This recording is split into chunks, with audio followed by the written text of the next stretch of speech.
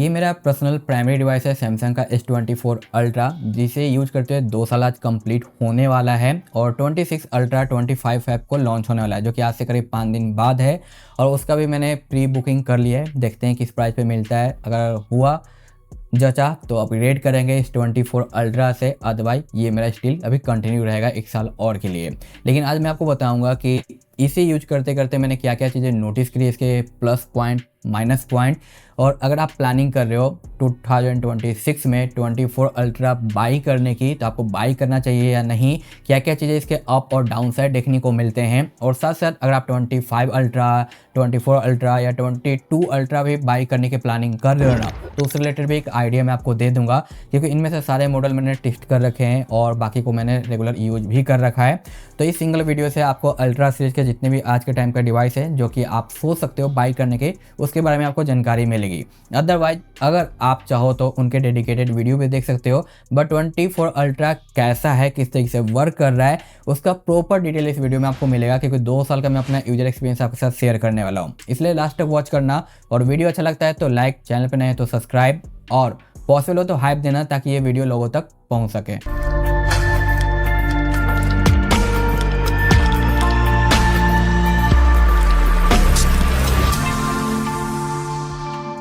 तो इसकी body design की बात नहीं करेंगे, डायरेक्ट मेन चीज़ों पे बात करेंगे, क्योंकि आपको इसके सारे फीचर्स और स्पेक्स ऑलरेडी पता होंगे। और अभी आप देख सकते हो कि मेरा फ़ोन बिल्कुल ही नया लग रहा है, जैसा कि मैंने अभी जस्ट बाय किया हो, बॉक्स से बाहर निकाला हो, क्योंकि मैं अक्सर इस पर जो स्क्रीन अप्लाई करके रखता हूँ। और आप स्क्रीन वाला भी यहाँ पे वीडियो देख सकते हो कि स्क्रीन की हालत कैसे हो रखी है। मैं इस वीडियो शूट के लिए बस इस स्क्रीन को रिमूव किया हूँ, ताकि आपको जो सारी चीज़ें अच्छे से दिखा सकूँ, समझा सकूँ।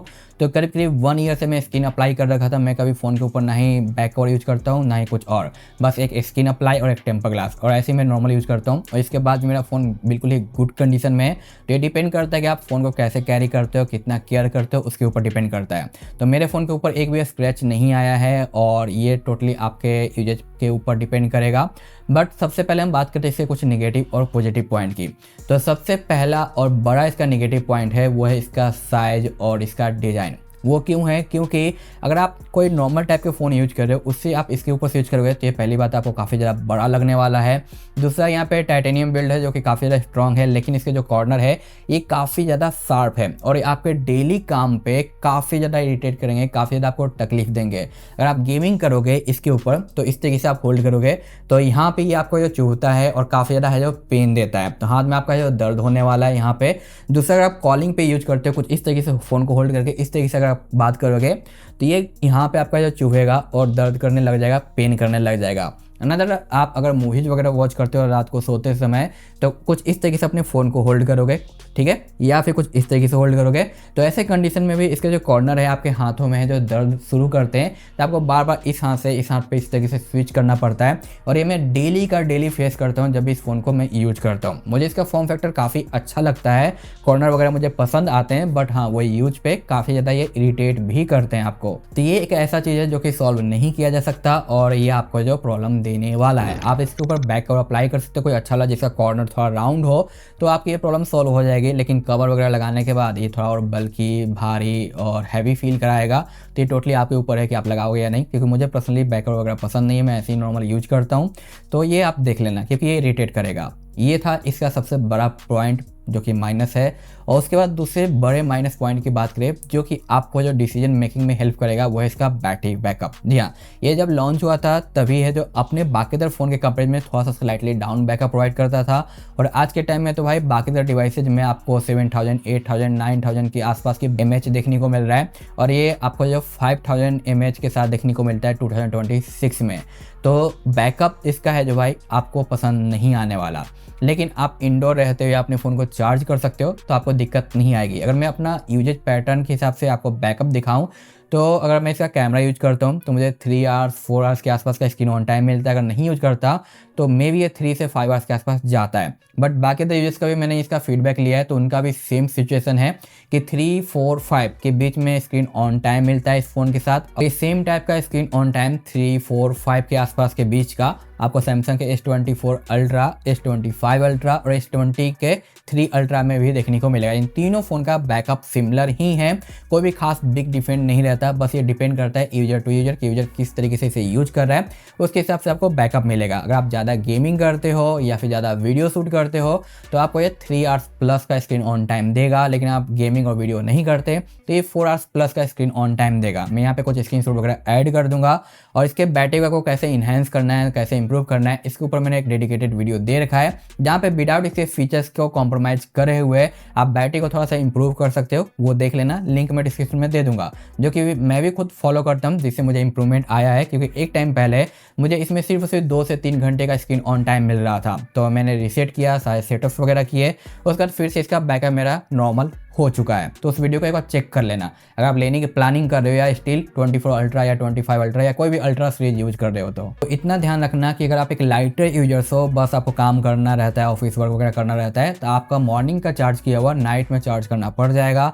लेकिन आप थोड़ा भी हैवी यूज करते हो, थोड़ा सा भी ज़्यादा, तो आपको एक करीब शाम तक दोबारा चार्ज पे कर डालना पड़ेगा। लेकिन आप ज़्यादा यूज करते हो, गेमिंग करना हो या ब्लॉगिंग करने के लिए बाई कर रहे हो, तो आपको मे बी दोपहर तक इसे चार्ज करना पड़ जाएगा। तो ये चीज़ थोड़ा ध्यान में जरूर रखना, क्योंकि ये इसका डाउन साइड है। लेकिन हाँ, एक चीज़ और मैं कहना चाहूँगा कि ऐसा नहीं है कि भाई जैसा स्टार्टिंग में मैंने परचेज किया था तो बैकअप काफ़ी सही था और अब 2 साल के बाद ये डाउन हो गया। नहीं, जैसा बैकअप स्टार्टिंग पे मिल रहा था करीब 99% अभी भी वैसा ही बैकअप देखने को मिलता है। तो ये नहीं है कि भाई बहुत दिनों के बाद इसका बैकअप डिक्रीज हो जाएगा और बेकार हो जाएगा, ऐसा नहीं है। तो बैटरी के मामले में ये चीज़ मुझे अच्छी लगी है कि इसका जो बैकअप परसेंटेज है वो 2 सालों के बाद भी डाउन नहीं हुआ है, सिमिलर टाइप का आपको बैकअप मिलता है। ये इसका एक प्लस पॉइंट मैं कहूँगा। लेकिन माइनस पॉइंट वही है कि 2 बार 3 बार चार्ज करना पड़ेगा आपके यूजेज के हिसाब से। एक और डाउन साइड है जो कि आपको जानना जरूरी है, उसका कुछ प्लस पॉइंट बारे में हम बात कर लेंगे, वो है इसका कैमरा। आज के टाइम पे भाई कैमरे फ़ोन काफ़ी ज़्यादा आ गए हैं, जो कि सैमसंग को बिल्कुल ही बीट कर चुके हैं, किल कर चुके हैं। लेकिन जब ये फ़ोन लॉन्च हुआ था उस समय ये कैमरा किंग था और उस हिसाब से आज भी इसका कैमरा परफॉर्मेंस काफ़ी ज़्यादा बेहतरीन है। अगर आपका आउटडोर सिचुएशन काफ़ी अच्छा रहता है, लाइटिंग कंडीशन अच्छा रहता है, तो ये काफ़ी ज़्यादा अमेजिंग फोटोज निकाल के देगा, आपको काफ़ी ज़्यादा पसंद आने वाला है। काफ़ी हद तक नेचुरल आपको कलर्स निकाल के देता है। इसका जो 100x जूम है उसकी भी डिटेलिंग अभी भी काफ़ी ज़्यादा आपको बेहतरीन देखने को मिलती है, इसमें आपको कोई भी दिक्कत नहीं आता है। वीडियो रिकॉर्डिंग आपका जो 4K का 60 fps में ऑन करके आप सभी लेंसेज पे स्विच कर सकते हो, अल्ट्रा वाइड, टेलीफोटो, मेन या फिर आपका सेल्फी वगैरह, कोई इशू नहीं आता। 8K का वीडियो रिकॉर्डिंग सपोर्ट आपको मिल जाता है, 4K का 120 fps भी आप यहाँ पे रिकॉर्डिंग कर सकते हो और प्रो मोड भी दिया गया है। तो अगर आप वीडियोग्राफी के लिए इसे परचेज कर रहे हो तो ये काफ़ी ज़्यादा काम आने वाला है, क्योंकि मैं मैक्सिमम वीडियो इसी से शूट करता हूँ, तो कैमरा मुझे बहुत ज़्यादा अच्छा लगा है। लेकिन वहीं पे अगर नाइट मोड की बात आती है, अगर आप पार्टी वगैरह में जा रहे हो, नाइट का सीन है, वहाँ पे फ़ोटो क्लिक करने की बारी आएगी, अच्छी लाइट कंडीशन नहीं है, तो ये उतना बेटर परफॉर्म नहीं करता है। आपको अगर भाई इसे साइड में रखते हैं, कोई दूसरा फ़ोन निकालते हैं 30-40 हज़ार का, उससे फ़ोटो क्लिक कर लेंगे, उसकी फ़ोटो आपको ज़्यादा बेटर लगेगी इसके कंपैरिजन में, क्योंकि इसका कैमरा नाइट में बेटर परफॉर्म नहीं करता। आपको कैमरे की फ़ोटो ज़रा से भी पसंद नहीं आने वाली है, लेकिन डे लाइट में काफ़ी ज़्यादा अमेजिंग है और आपको इसका कैमरा काफ़ी ज़्यादा पसंद आने वाला है। तो ये थे इसके कुछ निगेटिव पॉइंट, जो कि 2-3 ही थे, लेकिन हाँ ये मेन चीज़ है जिसे आपको जानने के बाद डिसीजन लेने में हेल्प होगा कि आपको सैमसंग का जो अल्ट्रा सीरीज है 25, 24 और 23 उसे बाई करना चाहिए नहीं। क्योंकि ये जो मैंने प्रॉब्लम बताया ना, ये प्रॉब्लम आपको इन तीनों फ़ोन में देखने को मिलेंगे कहीं ना कहीं। 25 में कॉर्नर हल्के से राउंड हो गए हैं, बट स्टिल उसका प्रॉब्लम करता है। मैंने कई सारे यूजर से फीडबैक लिया कि हाँ राउंड है बट उतने ज़्यादा राउंड नहीं है, तो लॉन्ग एजेस पे प्रॉब्लम करता है। और शार्प एजेस तो आपको यहाँ पे 24 में और 23 में भी देखने को मिल जाता है। तो ये चीज़ देखना, बैटरी आपको तीनों में सिमिलर देखने को मिलेगा और बाकी जो मैंने चीज़ें बताई कैमरा वगैरह वो भी आपको तीनों में सिमिलर देखने को मिलेगा। 0.5 का ही फ़र्क आपको देखने को मिलेगा, कुछ खास बिग डिफरेंट नहीं आएगा। लेकिन अब बात करते हैं प्लस पॉइंट की, तो वो है इसका डिस्प्ले। सैमसंग हर बार अपने अल्ट्रा सीरीज में one of the best display देता है, जिसमें भी आपको वन ऑफ द बेस्ट मिल जाता है। 26 में भी आपको मिलेगा, 24, 23 और 25 तीनों में आपको अपने अपने टाइम के बेस्ट डिस्प्ले दिए गए हैं, जिससे आपको 1% की भी आपको जो दिक्कत नहीं आती। 120 काफ़ी स्मूथ काम करता है। आउटडोर में भी आपको जो सनलाइट में भी कोई इशू नहीं आता, क्योंकि 2 साल हो गए यूज करते हुए और मुझे कभी ये दिक्कत नहीं हुआ कि भाई ब्राइटनेस कम है, ऐसा कभी भी फील आपको नहीं होता। रही बात हीटिंग, तो 23 अल्ट्रा भी नहीं हीट करता है, ना ही 24 करता है, ना ही 26 करता है। लेकिन हाँ 22 में आपको हीटिंग बहुत ज़्यादा देखने को मिलती है, क्योंकि उसका जो प्रोसेसर है वो हीटिंग वाला था ही उस टाइम पे। और उस फ़ोन में आपको लैग स्टटर भी देखने को मिलेगा 22 अल्ट्रा में। लेकिन 23 अल्ट्रा, 24 अल्ट्रा, 26 अल्ट्रा बिल्कुल ये स्मूथ काम करता है मक्खन के जैसा। जो One UI 8 आया है ये बहुत ज़्यादा अच्छा हो गया है, एनिमेशंस काफ़ी इंप्रूव है और बहुत सारी चीज़ें भी फिक्स हुई है और 8.5 जल्दी आने वाला है इस डिवाइस के लिए भी, तो ये भी इसके लिए एक प्लस पॉइंट है और भी ज़्यादा ये ऑप्टिमाइज हो जाएगा। तो आपको इसके OS रिलेटेड 1% भी फ़र्क नहीं पड़ने वाला, ना ही कोई कंप्लेन होने वाली है। वहीं पे हम बात करें 23 अल्ट्रा की, तो उसका अपडेट सपोर्ट उतना लॉन्गर नहीं है जितना कि आपको 24, 25 अल्ट्रा का देखने को मिलता है 7 ईयर का। तो इनके अभी भी कई सारे अपडेट बचे हुए हैं जो कि आपको आज के टाइम में आउटडेटेड फील नहीं करवाएंगे। अगर अभी भी आप इसे बाई करते हो तो इसके रेगुलर अपडेट आते रहेंगे, तो ये आपके लिए प्लस पॉइंट होगा। और इसका जो कीबोर्ड है ना भाई, आई लव इट, क्योंकि इसका keyboard one of the best keyboard है।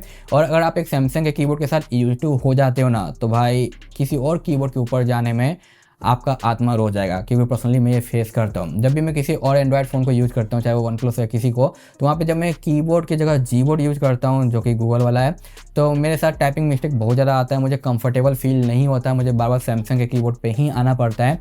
क्योंकि ये इतना ज़्यादा अच्छा है कि अगर आप इसके यूज टू हो गए ना, तो अदर यूज़ कर पाना इम्पॉसिबल सा हो जाता है। लेकिन यहाँ पे एक चीज़ मैं ज़रूर शिकायत करना चाहूँगा कीबोर्ड से रिलेटेड, जो कि अभी तक मुझे कहीं भी किसी वीडियो में देखने को नहीं मिला, ना ही किसी ने कहा है, कि जब भी आप इसका टाइपिंग यूज करते हो तो सम टाइम कभी कभी ऐसा सिचुएशन आता है कि इसके कीबोर्ड फ्रीज होने लग जाते हैं। इन्हें आप टाइप करोगे और अचानक से अटक जाएंगे और सारे वर्ड एक साथ आपको जो टाइप करके दिखा देंगे। तो ये चीज़ मुझे नोटिस होता है कभी कभी और ये काफ़ी ज़्यादा इरिटेट कर देता है, स्लो हो जाता है काफ़ी ज़्यादा कीबोर्ड वगैरह। तो आप जब फास्ट टाइपिंग करते हो तो ये इरिटेट कर देता है। बट ये मुझे कभी 8 मंथ से प्रॉब्लम देखने को नहीं मिल रहा था, लेकिन इधर फिलहाल 2-4 दिनों से ये प्रॉब्लम मुझे वापस से देखने को मिलना चालू हुआ है। तो कभी आता है कभी चला जाता है। तो अगर आप इसे इग्नोर करो तो वन ऑफ द बेस्ट मैं कहूँगा कि इसका कीबोर्ड है, जो कि आपके काफ़ी काम आएगा डेली लाइफ में अगर आप टाइपिंग वाले काम ज़्यादा करते हो। तो अगर हम इसके नेटवर्क की बात करें, कॉल क्वालिटी की बात करें, तो इसमें आपको 1% का भी दिक्कत नहीं आता है। आज तक 2 सालों में मुझे कभी ऐसा फील नहीं हुआ है कि भाई इसमें नेटवर्क वीक आ रहा हो, दिक्कत हो रहा हो, कभी भी नहीं। अगर बाकी दर में भी नेटवर्क नहीं है तो इसमें स्टिल थोड़े बहुत नेटवर्क देखने को मिल जाते थे। तो ये चीज़ मैं कहूँगा कि काफ़ी अच्छा है। और ये सेम चीज़ आपको 23 अल्ट्रा, 24 अल्ट्रा, 26 अल्ट्रा में भी देखने को मिलेगा, कोई दिक्कत नहीं आती। कॉल क्वालिटी भी काफ़ी अच्छा है, लाउडर है, आउटपुट जो म्यूजिक का है वो भी आपको काफ़ी ज़्यादा बेहतरीन देखने को मिल जाता है। हैप्टिक भी ओवरऑल काफ़ी अच्छा है, दी बेस्ट नहीं है लेकिन हाँ ओवरऑल काफ़ी ज़्यादा अच्छा है। तो इनसे रिलेटेड आपको दिक्कत नहीं आती। अगर हम बात करें इसके एस पेन की, तो 24 अल्ट्रा एक लौता ऐसा डिवाइस है जो कि लास्ट सैमसंग अल्ट्रा सीरीज है जिसमें आपको ब्लूटूथ मिल जाता है सपोर्ट एस पेन के अंदर। बाकी 25 अल्ट्रा में रिमूव है, 26 जो लॉन्च होने वाला है उसमें भी आपको रिमूव मिलेगा। तो इससे कई सारे काम कर सकते हो, बट मेरे पर्सनल लाइफ में ये आज तक कभी काम नहीं आया है। शायद 2-4 बार मैंने ऐसे नॉर्मल यूज़ के लिए निकाला होगा और वापस से रख दिया होगा। लेकिन अगर आप इसे यूज टू बनाते हो अपने डेली लाइफ में, तो बहुत सारे काम करके देगा और आपको काफ़ी मज़ा आएगा इसे यूज करने में। तो इसे आपको अपने डेली लाइफ के जो काम है उसके अंदर इन करना पड़ेगा। अदरवाइज ये तो साइड में आपका जो फ़ोन के पड़ा ही रहता है, तो जस्ट पड़ा ही रहेगा। तो आप बताना कि क्या आपके काम आता है ये, अगर आप यूजर्स हो तो, या फिर जस्ट पड़ा रहता है। क्योंकि मेरे काम ये नहीं आता, क्योंकि मैं इसे अपने डेली लाइफ के काम में इंक्लूड किया ही नहीं हूँ। अगर करता तो काम में आता। साथ साथ इस फ़ोन के साथ आपको IP रेटिंग देखने को मिल जाता है, तो वाटर से आपको टेंशन लेने की ज़रूरत नहीं है। लेकिन हाँ मैं कहूँगा कि आप इसे पानी से दूरी रखो तो बेटर रहेगा, क्योंकि 2 साल में मैंने आज तक कभी इसके ऊपर पानी गिरने नहीं दिया है, क्योंकि ये सब एक्सीडेंटल सेफ्टी के लिए दिया जाता है। इसका ये मतलब नहीं है कि IP रेटिंग है तो भाई इसे मछली बना दो पानी में डाल के। तो बेटर रहेगा कि एक्सीडेंटल सेफ्टी के लिए ही इसका यूज करें, मज़े के लिए यूज ना करें। तो अदरवाइज मर्जी आपकी है। और इस फ़ोन के साथ आपको अपने टाइम का one of the best powerful processor मिल जाता है 8 Gen 3, जो कि आपको बेहतरीन आउटपुट निकाल के देता है। बट आज के डेट से देखें तो ये आपको आउटडेटेड फील जरूर करवाएगा, लेकिन आपका कोई भी ऐसा टास्क नहीं है जो कि ये कंप्लीट करके आपको ना दे। चाहे आप 23 अल्ट्रा ले लो, 24 अल्ट्रा ले लो या 25 अल्ट्रा ले लो, तीनों के प्रोसेसर काफ़ी ज़्यादा कैपेबल है, अपने टाइम के फ्लेक्सिबल रह चुके हैं। तो हर एक काम ये करके निकाल के देगा। 24 अल्ट्रा आपका BGMI 120 पे काफ़ी अच्छे से गेमिंग करके देता है, कोई खास हीटिंग देखने को नहीं मिलता। तो आप गेमर्स हो तो उसके लिए भी इसे आप ले सकते हो, आप ब्लॉगिंग करना चाहते हो उसके लिए भी इसे आप बाई कर सकते हो। आप चाहते हो भाई मैं स्ट्रीमिंग भी कर लूँगा, गेमिंग भी कर लूँगा, यूट्यूब पे बाकी तरह काम भी कर लूँगा, वीडियो रिकॉर्ड भी कर लूँगा, तो वैसे में भी ये काम करके देगा हर एक। बस आपको बैटरी से रिलेटेड थोड़ा सा टेंशन रखना पड़ेगा, क्योंकि इसमें आपको 5000 mAh की वही बैटरी देखने को मिलती है स्टैंडर्ड वाली, और 45 वाट का चार्जर मिलता है, जो कि इसे कंप्लीट 1 आवर्स का टाइम देना पड़ता है कंप्लीट चार्ज होने में। उसके बाद आप इसे यूज कर पाओगे। तो जो 26 अल्ट्रा आ रहा है उसमें 65 वाट तो किया गया है, बट स्टिल बैटरी वही 5000 है। पता नहीं क्यों सैमसंग ऐसा कर रहा है, तो इसकी वजह से बहुत ज़्यादा कन्फ्यूजन है कि अपग्रेड करूँ या ना करूँ। देखते हैं क्या कुछ मुझे इसका एक्सचेंज वैल्यू मिलता है, कितने में वो मुझे पड़ता है। अगर सही प्राइसिंग लगा तो अपग्रेड किया जाएगा, अदरवाइज 27 अल्ट्रा के टाइम पे देखा जाएगा कि अपग्रेड करे या नहीं, क्योंकि स्टिल मैं इससे बिल्कुल सेटिस्फाइड हूँ। मैं इसे यूज करने वाला हूँ, मैं घर पे रहता हूँ तो चार्ज वगैरह अपना कर लेता हूँ, मुझे कोई दिक्कत नहीं आती। तो ऐसे कैटेगरी में भी आप हो तो बाई कर सकते हो। रही बात प्राइसिंग, तो 25 अल्ट्रा है वो आज के टाइम पे भी आपको जो 84-85,000 का देखने को मिल जाएगा, जो कि आपको may be with in warranty में मिल जाए या वारंटी आउट में मिल जाए, क्योंकि अभी जो प्राइस हाइक हुआ है ना उसकी वजह से सब कुछ फिर मार्केट का है जो प्राइसिंग बिगड़ गया है। क्योंकि वो पहले आपको जो 80 के आसपास मिल जाता था आसानी से, बट उसका प्राइस फिर से आपको जो अब देखने को मिलता है 85, 84 इस तरीके से। वहीं पे हम बात करें सैमसंग S24 अल्ट्रा की, तो 24 अल्ट्रा कुछ टाइम पहले अमेजन पे 74,000 के सेल में जा रहा था, जो कि one of the best option था। और कहीं कहीं पे ऑफलाइन मार्केट में ये 64, 68 के आसपास भी देखने को मिल रहा था, जो कि काफ़ी ज़्यादा अच्छा ऑप्शन था। बट आज के टाइम पे फिर प्राइस हाइक हुआ है, तो ये आपको लोकल में मे बी वारंटी आउट में 55 या 60 के आसपास देखने को मिलेगा, और इन वारंटी में भी आपको ये 70 के आसपास का देखने को मिल जाएगा। अगर गुड कंडीशन में है, वारंटी वगैरह है, तो इस प्राइस पे आप इसे कंसीडर कर सकते हो। और जितना कम प्राइस पे आपको मिले वो तो उतना आपके लिए अच्छा होगा, बट देखना पड़ेगा कि जो कम पे मिल रहा है उसकी बैटरी हेल्थ कैसी है, बैकअप तो सही दे रहा है या नहीं, फ़ोन रिपेयर तो नहीं ना है इस तरीके से। क्योंकि मेरा फ़ोन आज तक नहीं ड्रॉप हुआ है, ना ही कभी रिपेयर हुआ है, बिल्कुल ही A1 कंडीशन में है। जैसे कि अनबॉक्स करके फ़ोन को निकालते हैं बाहर, सेम उसी सिचुएशन में है, जैसे कि आप देख सकते हो अभी भी बिल्कुल ही ब्रांड न्यू है। तो उस कैटेगरी में मेरा अब ये दिखाई देता है। तो अभी अगर मैं इसे सेल करूँ, कोई अच्छा कस्टमर मिले, तो मुझे लगता है कि इसका जो 65,000 के आसपास मिल जाएगा आराम से। लेकिन हाँ, उसके लिए थोड़ा मेहनत करना पड़ेगा। अदरवाइज 50 पे तो भाई हर कोई इसे बाई कर लेगा जो भी अल्ट्रा लेना चाहता है। तो इस तरीके से आपको प्राइसिंग देखने को मिलेगा ऑफलाइन लोकल मार्केट में। और रही बात 23 अल्ट्रा, तो 23 अल्ट्रा आपको 50,000 के अंदर में मिल जाएगा, 40, 45 इस तरीके से कंडीशन में रहेगा। तो और 22 अल्ट्रा की अगर हम बात करें, तो 22 अल्ट्रा आज के टाइम पे मैं आपको सजेस्ट नहीं करूंगा। लेकिन आपका ड्रीम है कि अल्ट्रा का फ़ोन एक बार यूज करना है अपने लाइफ में, तो वैसे कंडीशन में आप उसे कंसीडर कर सकते हो। क्योंकि 22 अल्ट्रा काफ़ी ज़्यादा ओल्ड हो जाता है, उसके अपडेट अब आपको देखने को नहीं मिलेंगे। और साथ साथ उसमें जो प्रोसेसर दिया गया है वो अपने टाइम का हीटिंग के नाम से भाई काफ़ी ज़्यादा वायरल हुआ था, उस टाइप का प्रोसेसर वहाँ पे आपको मिलता है। तो वो नॉर्मल टास्क पे भी हीट करता है और बाकी टास्क पे भी हीट करेगा, बैकअप भी आपको कम मिलेगा। और उसके अंदर आपको काफ़ी ज़्यादा स्टटर और लैग फील कराएगा नॉर्मल ही जगहों पे। जैसे कि आप ब्राउजर स्क्रॉल कर रहे हो, वहाँ पे आपको जो स्टटर फील करा देगा, कॉन्टैक्ट के अंदर आपको स्टटर फील होगा इस तरीके से। क्योंकि उससे भी मैंने पर्सनली प्राइमरी डिवाइस के रूप में 1 ईयर यूज किया है, तो वो आपको इस तरीके से फील करवाता है। बट कैमरे की बात करें तो कैमरा आउटपुट भी आपको उसका अच्छा लगने वाला है, और इन सभी का भी अपने अपने प्राइस पे काफ़ी ज़्यादा अच्छा लगने वाला है। लेकिन अभी के टाइम पे मैं आपको सजेस्ट करूंगा कि आप 23 अल्ट्रा कंसीडर कर सकते हो, सस्ते में मिलता है तो, या फिर 24 अल्ट्रा या 25 अल्ट्रा। अगर आपका ड्रीम है अल्ट्रा लेने का तो, और कैमरा करना है, गेमिंग करना है, ब्लॉगिंग करना है, तो वो सारे काम ये करके देगा। लेकिन नाइट फोटोग्राफी में आपको इन सभी के अंदर कमियां फील होगी कैमरे से रिलेटेड। और बैटरी से रिलेटेड तो मैंने आपको ऑलरेडी बता ही दिया है किस तरीके से देखने को मिलता है। तो आई होप कि आपको एक प्रॉपर आइडिया लग गया होगा कि आपको बाई करना चाहिए 24 अल्ट्रा या फिर नहीं करना चाहिए आज के टाइम पे। और साथ साथ 23 के बारे में मैंने थोड़ा बता दिया, 24 के बारे में बता दिया। तो ये जो 24, 25 और 23 है काफ़ी ज़्यादा एक दूसरे के क्लोज है। बस 23 अल्ट्रा में लॉन्गर अपडेट सपोर्ट नहीं है, जैसे कि आपको 24 अल्ट्रा और 25 अल्ट्रा में देखने को मिल जाता है। ठीक है, तो वीडियो को यहीं पे एंड करते हैं। अगर आपको कुछ भी और जानना हो तो कमेंट कर देना। वीडियो अच्छा लगा, इन्फॉर्मेटिव लगा है तो लाइक, सब्सक्राइब और शेयर जरूर कर देना। और मिलते हैं नेक्स्ट वीडियो में। Bye bye.